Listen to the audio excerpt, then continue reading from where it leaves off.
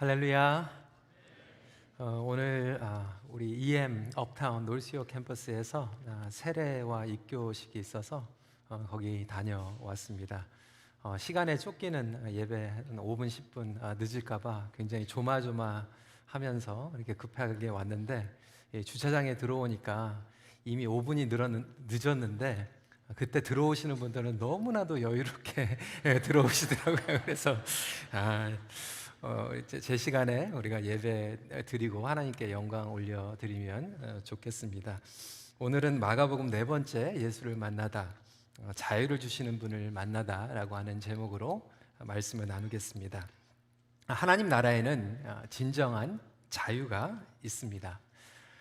인간은 본능적으로 이 자유, freedom을 추구하면서 살아갑니다. 저희는 주일날 이렇게 마음 편하게 하나님을 찬양하고 있지만 지금도 너무나도 많은 곳에서 핍박을 받고 또 하나님을 마음대로 찬양하지 못하는 우리의 형제 자매들이 있습니다. 그들이 간구하는 것은 예배 자유죠. 어떤 분들은 신분의 자유를 위해서 간절하게 하나님 앞에 기도하기도 합니다. 이렇게 거창하고 심각한 자유가 아니더라도 우리 모두가 어떠한 자유를 꿈꾸면서 살아가고 있습니다. 청소년 사역을 하면은 우리 아이들이 원하는 기도 제목이 있습니다. 그것은 바로 부모로부터의 자유입니다. 이 커퓨, 부모님들이 이렇게 이야기 안 하고 마음대로 집에 들어갔다가 나갔다 하는 그러한 자유죠. 우리 학생들은 꿈꾸는 것이 공부로부터의 자유이죠. 학교를 졸업하고 이제는 시험이 없는 그 나라, 그 세상을 살아가는 것을 원합니다. 근데 우리 부모님들도 마찬가지예요. 빨리 자녀들이 시집장가 가서 좀 자유하고 싶은 우리 부모님들의 마음이 있는데 시집장가 보냈더니 손주를 또 데리고 와가지고 애 봐달라고 해가지고 내가 언제 좀 자유한 몸으로 살아갈 수 있을까, 이렇게 자유를 꿈꾸시는 분들도 있습니다. 재정적인 자유를 또 원하시는 분들이 있죠. 몰개지 때문에 언제 빚 갚을까. 교회에도 몰개지가 있지만 집에도 몰개지가 있고요. 이 몰개지가 좀 자유했으면 좋겠다, 재정적으로 자유했으면 좋겠다. 어떤 분들은 지금 일을 하시면서 언제 내가 리타이어 할 수 있을까, 빨리 리타이어하고 여행도 다니고 골프도 치고, 예전에는 광고 있었잖아요. Freedom 55. 그래서 그러한 자유를 꿈꾸기도 합니다. 이렇게 사람들마다 자유하면 그 개념과 관점이 다를 수 있습니다. 그런데 이 모든 것들이 일시적인 자유라고 하는 거예요. 일을 리타이어 했더니 일거리는 없는데 질병이 찾아오기도 합니다. 걱정과 염려 가운데에서 자유치 못하는 분들도 있습니다. 여러분, 영원한 자유를 주시는 분은 예수 그리스도이심을 믿으시기 바랍니다. 그분의 말씀, 그래서 하나님 나라의 도 안에 우리가 거할 때 진정한 자유를 경험하게 됩니다. 그래서 예수 그리스도의 사역의 핵심은 이 하나님 나라의 선포였어요. 왜냐하면 우리가 하나님 나라에 들어갈 때, 그리고 하나님 나라의 다스림을 받을 때 진정한 자유가 있기 때문에 그렇습니다. 오늘 2절 말씀에 보니까 예수님의 사역의 핵심에 대해서 분명하게 지적하고 있죠. 많은 사람이 모여서 문 앞까지도 들어설 자리가 없게 되었는데 예수께서 그들에게 도를 말씀하시더니, 여기에서 도는 하나님 나라의 도에 대한 이야기입니다. 사실 오늘 본문은 우리가 많이 아는 내용입니다. 오늘 이 내용을 보시면서 이거 아는 내용인데 그렇게 받아들이신 분들도 있을 거예요. 중풍병자가 치유되기를 간절히 원하던, 그래서 네 사람의 도움으로 이끌림을 받아 예수님께 나아가게 됩니다. 그런데 무리 때문에 가까이 가지 못하자 지붕을 뚫고 그를 내리기 시작하죠. 그렇게 예수님의 관심을 받고 병 고침은 물론 죄 사함까지 받는 그러한 사건을 오늘 본문은 기록을 하고 있습니다. 근데 저는 오늘 이 말씀을 통하여서 그의 병 고침 그리고 죄 사함 그 이상의 자유를 주시는 예수님을 만나길 원합니다. 이 자유라고 하는 것, 그리고 주님께서 어떻게 자유를 주시는가에 대해서 나누는 것이죠. 첫 번째로 예수님은 고통으로부터 우리를 자유케 해주십니다. 오늘 말씀을 보니까 사람들이 몰려오는 이유가 있었습니다. 오늘 2장에는 기록하고 있지는 않지만 마가복음 1장에는 이미 예수님의 그 능력의 소문이 퍼졌어요. 그러니까 1장을 보시면 그 예수님의 소문이 퍼져 있는데 한번 1장 32절 말씀 읽어볼까요? 시작. 저물어 해질 때에 모든 병자와 귀신 들린 자를 예수께 데려오니. 그러니까 예수님께서 병자를 고치고 또 치유하시고 귀신 들린 자를 귀신을 내보내는 그 사건을 통하여서 너무나도 많은 사람들이 오늘 2장에 보니까 육신의 치유를 간절히 원하면서 찾아온 거예요. 그러니까 인간적으로 절실한 필요가 있었던 것입니다. 그러니까 중풍병에 걸린 친구를 고치기 원하는 그 마음과 믿음으로 지붕 위로 올라가 가지고 구멍을 뚫은 그 친구들을 보세요.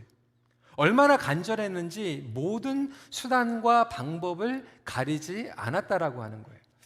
여러분, 저와 여러분들이 성경을 많이 들었기 때문에 이 지붕을 뚫었다고 하는 데에서 별로 이렇게 큰 감동이 없습니다. 그러니까 2000년 전의 집이라고 하는 게 그냥 너무나도 낡아 있고 허름해서 구멍을 뚫는 것이 쉽다라고 저희는 생각할 수 있습니다. 그런데 신학가들과 그리고 역사학자들은 이렇게 기록을 하고 있습니다. 켄트 휴즈의 글을 보면 그 당시에 그 지붕에 대해서 설명을 하고 있어요. 한번 들어보세요. 수리아 지방의 전형적인 지붕은 목재를 약 60에서 80cm 간격으로 나란히 놓은 다음 그 위에 막대기를 십자형으로 촘촘히 놓아 기본적인 지붕을 만들고 그 위에 갈대, 나뭇가지, 엉겅퀴를 얹었다. 그 위에 약 30cm 두께로 흙을 덮고 방수를 위에 꾹꾹 눌러 다졌다. 지붕 전체의 두께는 약 60cm였다. 봄이 되면 이 소박한 지붕에서 풀이 무성하게 자랐다. 여러분, 이 내용만 들어도요, 마음대로 이렇게 지붕을 뚫고 내려올 수 있는 상황이 아니었는데 그 정도까지 했다라고 하는 것은 얼마나 데스퍼레트했는지, 절실했는지를 알게 됩니다. 여러분, 육신의 고통이 있으면요 정말로 간절해집니다. 병에 걸리지 않으신 분들은 모르겠지만 내가 한번 아프면요 어떻게든지 지붕을 뚫고라도 그 병 고침을 받고 싶은 마음이 우리에게 있다라고 하는 거예요. 지난달에 우리 모교 여성 예배에 이렇게 지압도 하고 이렇게 좀 병 이렇게 고쳐주시는 어느 분이 오셔가지고 이렇게 말씀을 전했어요.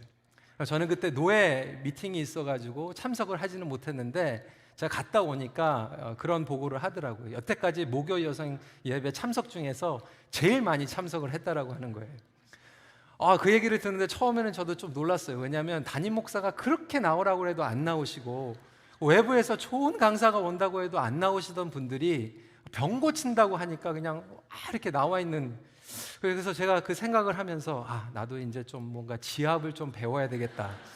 목요일날 나오시는 분들 좀 지압을 놔줘가지고 우리 교회 또 성도들한테도 아픈 것을 좀 이렇게 만져줘야 되겠다라는 이런 생각이 들었어요.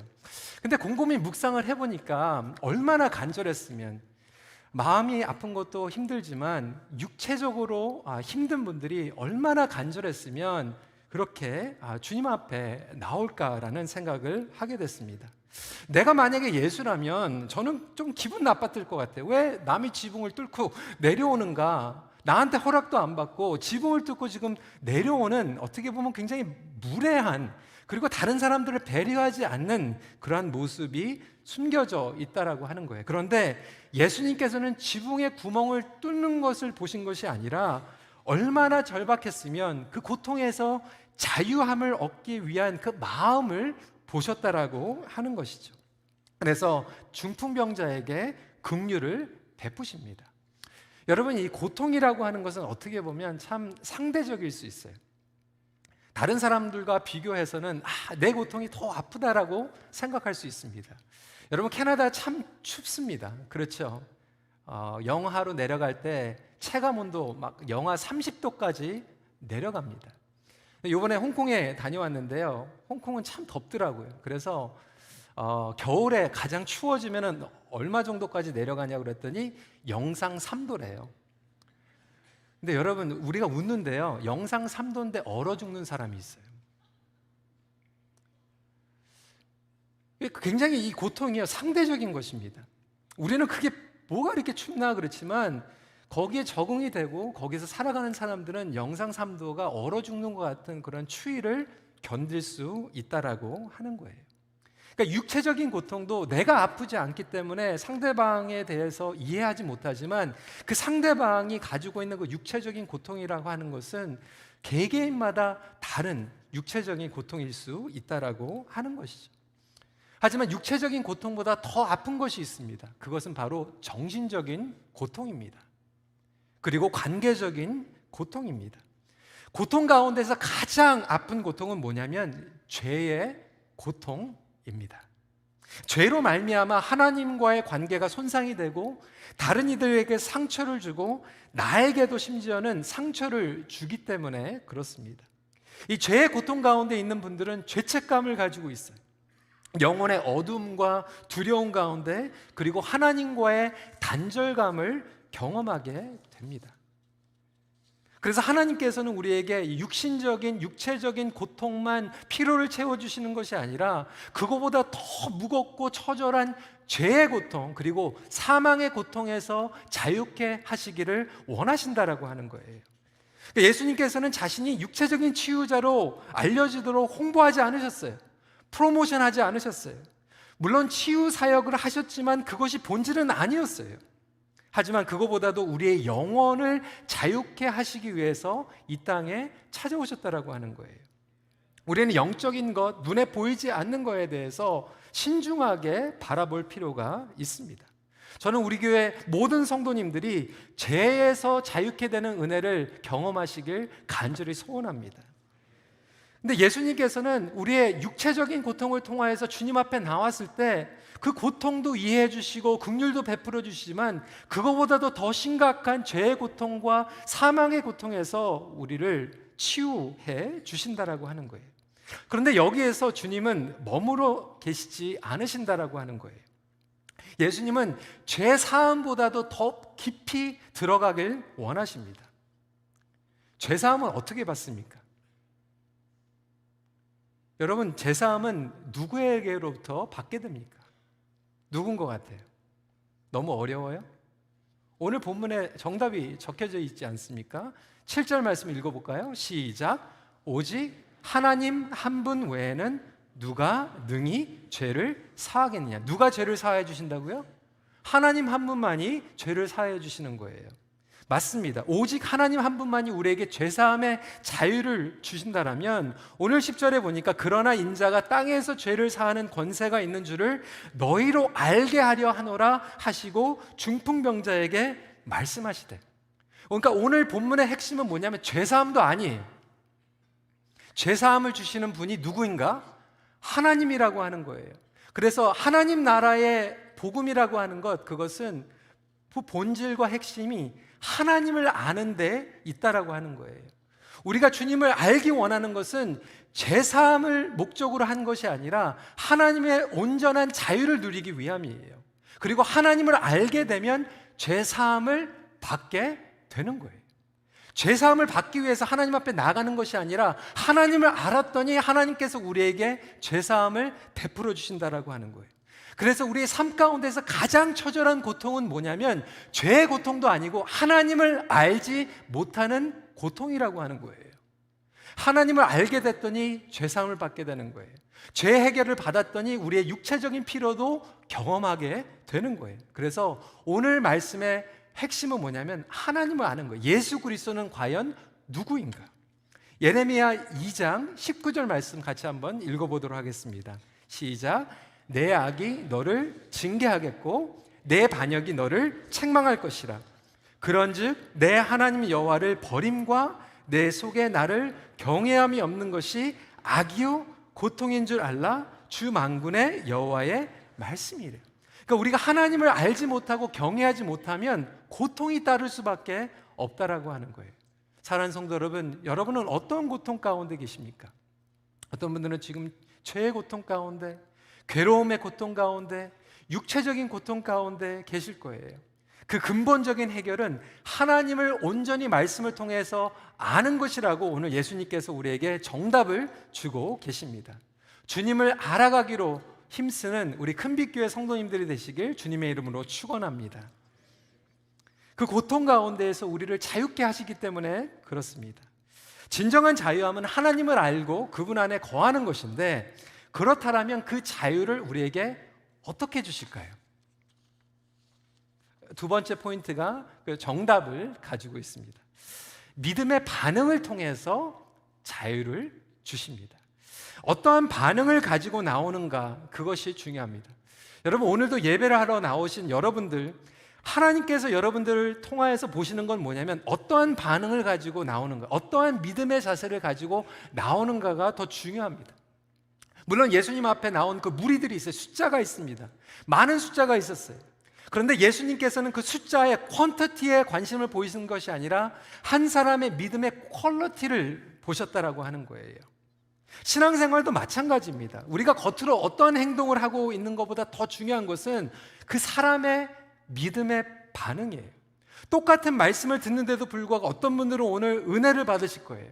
그런데 어떤 사람들은 은혜를 받지 못하고 돌아가게 됩니다. 그 결정적인 차이는 우리의 믿음의 자세와 반응입니다. 똑같은 찬양을 하면서도 어떤 분들은 은혜의 찬양을 할 수 있고 어떤 분들은 강팍한 마음 가운데에서 은혜를 받지 못하게 됩니다. 5절 말씀입니다. 예수께서 그들의 믿음을 보시고 중풍병자에게 이르시되 작은 자야 내 죄사함을 받았느니라 하시니, 항상 예수님께서는 우리의 믿음의 반응을 요구하세요. 예수님께서 병을 고치실 때마다 항상 물어보시는 질문은, 항상 바라보시는 것은 믿음이 있는가, 믿음이 없는가. 공통적으로 그것을 보십니다. 믿음이야말로 하나님 나라로 들어가는 문이기 때문에 그렇습니다. 여러분, 예수님께서는 병의 상태를 보시지 않으세요. 믿음을 보십니다. 병의 상태는 중요하지 않아요. 예수님에게는 못 고치는 병이 없으심을 믿으시기 바랍니다. 예수님께서 암을 고치시면요, 암이 1기인지 2기인지 상관이 없어요. 그 몸의 상태가 문제가 아니라 믿음의 상태가 더 중요하다라고 하는 거예요.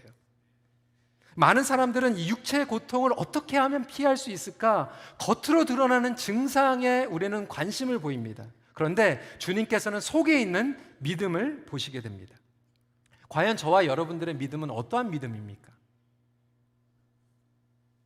오늘 9절 말씀, 중풍병자에게 내 죄사함을 받았느니라 하는 말과 일어나 내 상을 가지고 걸어가라 하는 말 중에 어느 것이 쉽겠느냐? 여러분, 어느 것이 더 쉽겠어요? 병을 고치는 것과 죄를 사하여 주시는 것과 어느 것이 더 쉬울 것 같아요? 헷갈리세요? 우리 인간적인 관점으로 보면 뭐가 더 쉬워요? 병 고치는 게 더 쉬울 것 같죠? 그럼 예수님의 관점에서는 뭐가 더 쉬울 것 같아요?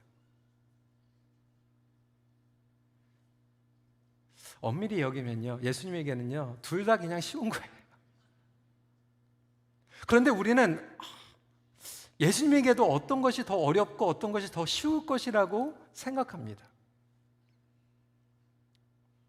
왜 그럴까요? 우리의 믿음 때문에 그래요. 제가 조금 더 쉽게, 이게 개념이 안 올 것 같아가지고요, 봉투를 준비를 해가지고 왔어요. 죄송합니다. 우리 조영자 장로님 앞에 이렇게 계셔가지고. 자, 그럼 제가 여기 US 50불을 가지고 왔어요. 예? 그리고 제가 체크를 캐시로 해가지고 캐시아웃 할 수 있는 체크를 써가지고 왔어요. 근데 이 체크에는요 50만 불을 제가 써가지고 왔어요. 예. 이 둘 중에 하나를 장로님 이제 택하셔가지고 가지실 수 있으세요? 예? 뭘 가지시겠어요? 예? 50만 불짜리. 야, 박수 한번 해주시기 바랍니다. 제가 1부 때 이렇게 물어봤더니요, 굉장히 고민을 하더라고요. 50불짜리를 가질까? 50만 불짜리를 가질까? 근데 여러분, 이걸 왜 고민을 해요? 아니, 왜 50불하고 50만 불 중에 왜 고민을 하세요? 고민하시는 분들은 제가 확실하게 답을 알고 있어요. 제 은행에 50만 불이 있다라고 하는 그 믿음이 없는 거예요. 물론 저에게는 좀 이게 제가 인간이고 제 사기성이 또 있을 수 있으니까 농담일 수 있으니까 그거 못 믿는 거 때문에 저는 뭐 상처받고 그러지는 않아요. 그런데 하나님을 우리가 바라보면서 우리는 여전히 우리의 관점을 가지고 하나님 앞에 나아가고 있다라고 하는 거예요. 하나님에게도 이 A는 쉽고 B는 어렵다라고 하는 그러한 믿음을 가지고 나아가기 때문에 하나님께서는 우리에게 자유를 주시고 능력을 주시고 은혜를 부어주신데도 우리 안의 믿음 가운데에서 자유함이 없기 때문에 하나님의 능력을 제한하면서 살아가고 있다라고 하는 거예요. 그렇기 때문에 많은 경우에는 우리 장로님 믿음이 있으셔가지고 너무나도 감사한데 많은 경우에는 50불 가지고 셀을 하는 거예요. 예수님은 과연 누구인지 우리는 믿음을 요구하시죠. 우리가 기도할 때 우리가 필요한 것을 간구할 때마다 하나님께서 보시는 것은 그 항목이 아니라 우리의 믿음이라고 하는 거예요. 믿음이 진정한 자유를 누리게 합니다. 우리가 자유를 얻지 못하는 이유가 바로 여기 있는 거예요. 마음속에 하나님에 대한 믿음이 없는 거예요.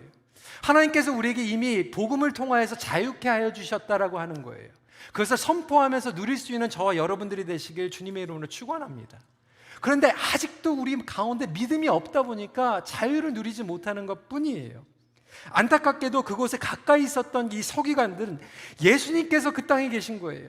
메시아 만왕의 왕께서 지금 치유해 주시고 죄사함을 주고 계시는데도 불구하고 그들은 지금 옥문에 매여서 자유치 못하고 8절 말씀해 보니까 이렇게 기록하고 있어요. 그들이 속으로 이렇게 생각하는 줄을 예수께서 곧 중심에 아시고 이르시되 어찌하여 이것을 마음에 생각하느냐. 그 마음 가운데 믿음이 없었다라고 예수님은 말씀하고 계십니다. 그렇다면 성도 여러분, 여러분 마음 가운데 있는 믿음은 어떠한 믿음입니까? 마지막 포인트입니다. 세 번째로 장애물을 초월하는 자유를 주십니다. 오늘 이 중풍병자가 예수님께 나온 데 있어서 가장 큰 장애물은 무엇이었습니까? 4절 말씀 읽어볼까요? 시작. 무리들 때문에 예수께 데려갈 수 없으므로 그 계신 곳에 지붕을 뜯어 구멍을 내고 중풍병자가 누운 상을 달아 내리니. 이 무리들이 장애물이었어요. 무리들 때문에 그들의 필요, 자기 필요로 인해서 중풍병자가 지금 실려오는데도 배려하지 못하고 예수님께 안내하지 못하고 있는 거예요. 여러분, 우리가 신앙생활 하려고요, 말씀 드리려고 예배 드리려고 와도요, 때로는 무리들 때문에 사람들이 장애물 될 때가 있어요. 예수님 사역에 있어서도 사람이 똑같이 장애물의 역할을 합니다. 6절, 7절 말씀이에요. 어떤 서기관들이 거기에 앉아서 마음에 생각하기를 이 사람이 어찌 이렇게 말하는가? 신성모독이로다. 오직 하나님 한 분 외에는 누가 능히 죄를 사하겠느냐. 예수님의 사역을 판단하고 공격하는 서기관들을 보세요. 신성모독이라고 예수님을 공격하고 있어요. 여러분, 우리가 하나님의 일을 할 때도요, 꼭 이렇게 장애물의 역할을 하는 사람들이 있어요.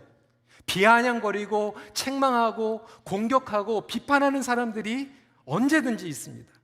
예수님을 믿지 못하고 대적하는 사람들은 항상 존재합니다. 근데 여기서 중요한 것은 예수님께서 예수님의 기적과 능력은 눈치를 보지 않는다라고 하는 거예요. 예수님은 억지로 자신을 증명해 보이려고 하시지도 않았어요. 예수님은 왜 이렇게 무리를 하셨을까요? 단순히 그냥 병만 고쳐주시면 무리가 없었을 텐데 왜 그 자리에서 서기관들 앞에서 죄를 사하여 주시겠다라고 말씀하셨을까요? 사람들이 딴지거고 장애물이 될 거를 모르셨을까요? 예수님은 아셨어요. 그럼에도 불구하고 분명히 선포하십니다. 왜 그렇습니까? 예수 그리스도의 사역의 본질이고 핵심이었기 때문에. 그들을 장애물로 여기지 않으셨어요. 오히려 사람들을 긍휼의 대상, 용서의 대상, 사역의 대상으로 예수님은 바라보셨어요. 여러분은 사람들을 장애물로 여기고 계십니까? 긍휼의 대상으로 여기고 계십니까? 어떤 분들은 사람 때문에 계속 상처받아요. 사람 때문에 그렇게 힘들어요. 모이는 것도 힘들고 어려워하는 분들이 있어요. 상처받고 힘들고 병들고 원망이 있고, 내가 정말로 신앙생활 제대로 하고 싶은데 그 사람들이 장애물이 돼서 신앙생활 못하겠다라고 얘기하는 거예요. 근데 예수님은요, 그것을 장애물로 보지 않고 오히려 긍휼의 대상으로 바라보셨어요. 저는 우리 모두에게 예수님의 마음이 전달되길 간절히 소원합니다. 예수님께서는 이러한 자유를 저와 여러분들에게 주시길 원해요.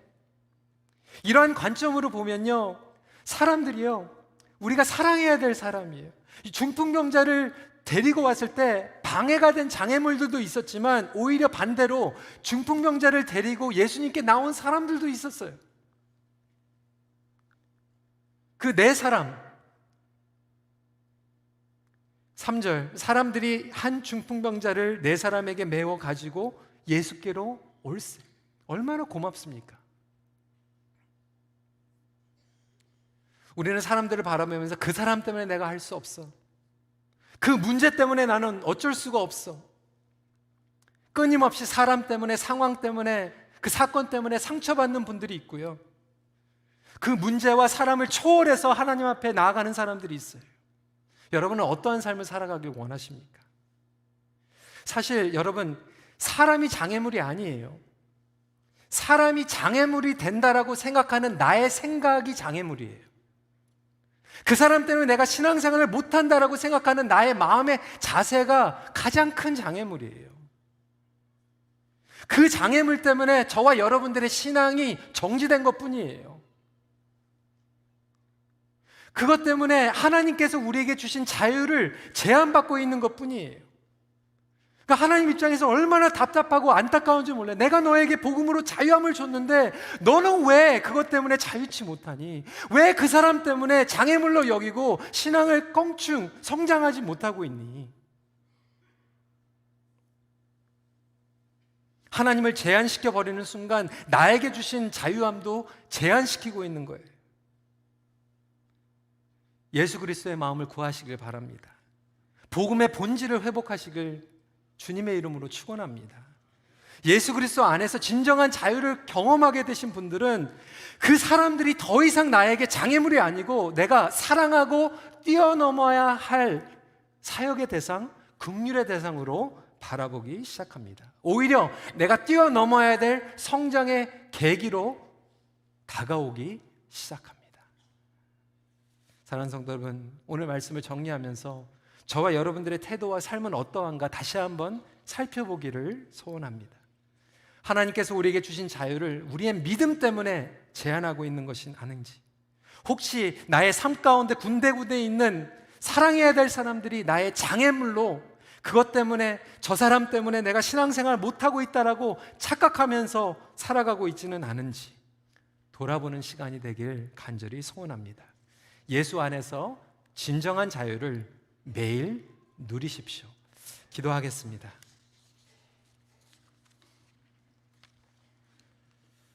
오늘 말씀을 붙잡고 잠시 기도하는 시간 갖길 원합니다. 사랑하는 성도 여러분, 주님께서는 여러분들의 간절한 마음 그리고 여러분들의 고통을 알고 계세요. 어떤 분들은 육체적인 고통 가운데 괴로워하고 신음하는 분들이 계실 거예요. 여러분, 나오세요. 누구에게 얘기 못하는 그런 고통, 다른 사람들이 이해하지 못하지만 여러분들에게는 너무나도 절실한 고통이 있을 거예요. 예수님께서는 여러분들의 고통을 알고 계세요. 두려워하지 말고 나오세요.